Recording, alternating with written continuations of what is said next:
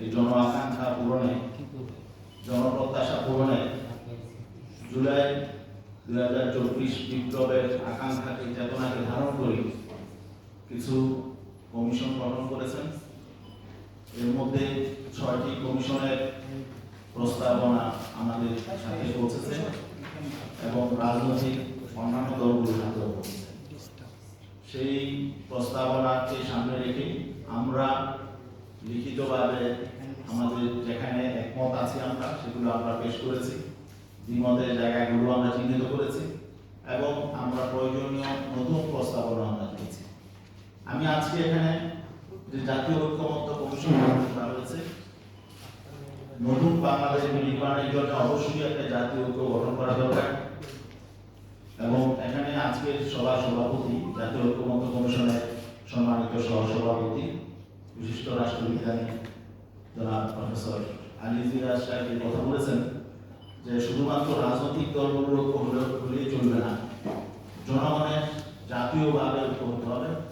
কারণ রাজনৈতিক দলগুলোর চিন্তার বাইরেও অনেক জন আকাঙ্ক্ষা আছে, যেগুলোর ব্যাপার হয়তো সব রাজনৈতিক দলগুলো চিন্তিত করতে পারবে না। এই জন্য আমরা হয়তো বিশ্বাস করতে চাই যে আপনারা সকল স্টেক হোল্ডারদের সাথে, সিভিল সোসাইটির সঙ্গে এবং সমাজের বিভিন্ন শ্রেণী পেশার সঙ্গে আপনারা আলাপ আলোচনা করছেন। বিশেষ করে আমি আজকে জাতীয় ঐক্যমত্য কমিশনকে বিশেষভাবে ধন্যবাদ জানাই আমাদেরকে এই আলোচনায় সংলাপে আমন্ত্রণ জানানোর জন্য। আমরা যে বিষয়গুলোতে একমত হয়েছি, এর বাইরে যে বিষয়গুলো দ্বিমত আছে সেগুলো নিয়ে হয়তো আজকে আলোচনা হবে।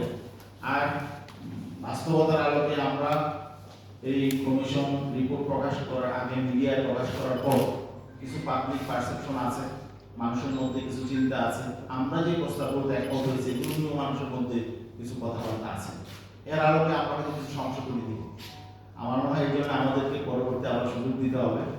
আমাদের কিছু বিষয় আছে যেগুলো হয়তো আমাদেরও আবার নতুনভাবে ভাবতে হচ্ছে, কারণ নতুনভাবে বিষয়গুলো মানুষের সামনে আসার পরে আমরা পাবলিক রিয়াকশনটা আমরা অবশ্যই রিয়ালাইজ আমাদের করতে হবে।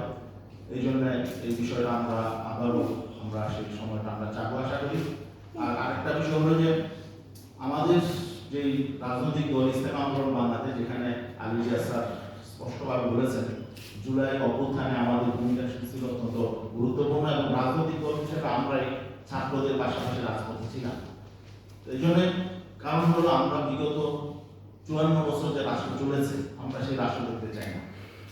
নতুন রাষ্ট্র, এবং যে জন্য আমাদের সন্তানরা রক্ত দিয়েছেন, ছাত্র যুব সমাজ রক্ত দিয়েছে, সেটার জন্য যা করণীয় তাই অন্তর্বর্তীকালীন সরকারকে করতে হবে। কারণ আমরা অতীতে দেখেছি রাজনৈতিক সরকারগুলো আসলে আমাদের হতাশ করেছে।